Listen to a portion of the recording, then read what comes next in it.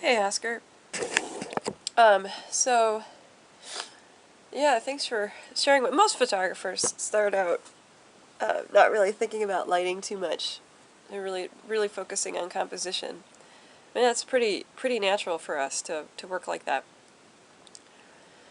And this is a lovely shot. And so you said that you metered, assuming with your camera's built-in reflective meter, you metered the shadow side of this wagon.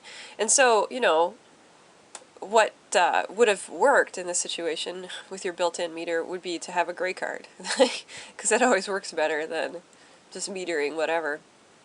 And so you would want to meter, of course, the gray card in the sun and then the gray card in the shadow, and then split the difference.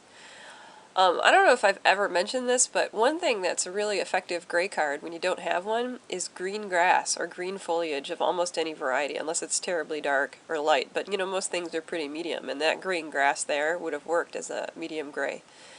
So you can always meter living grass in similar lighting conditions to your subject to get a good idea of what your exposure would be if you only have a reflective meter on you. Okay, let's look at the next one. This is a great composition, by the way. And yeah, I agree. I think it'd be a little bit more interesting if it was less exposed and you had some information up here in the sky. However, the composition's lovely. Okay, hold on. Alright, it sounds like you're pretty pleased with this image, actually, from your write-up. Unless I'm reading it wrong, which is entirely possible. Because,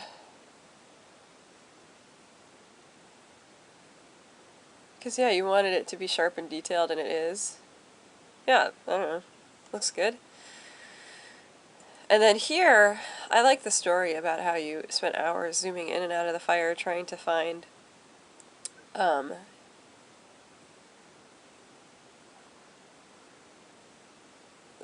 flames that created a textured shadow of the wood. And you think that you could have manipulated this using a reflector.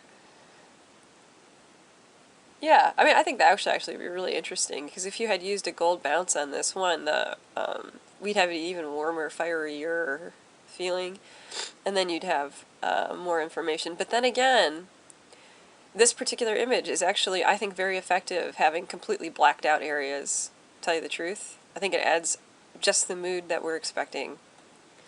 So I'm personally pretty pleased with this one, just as it is. As a matter of fact, I might look at it for a little longer after I stop the movie.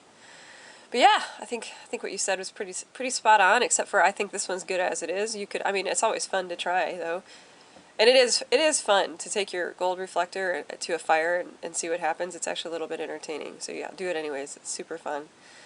And thank you for your answer. Really good job on this. Very thorough. Appreciate that.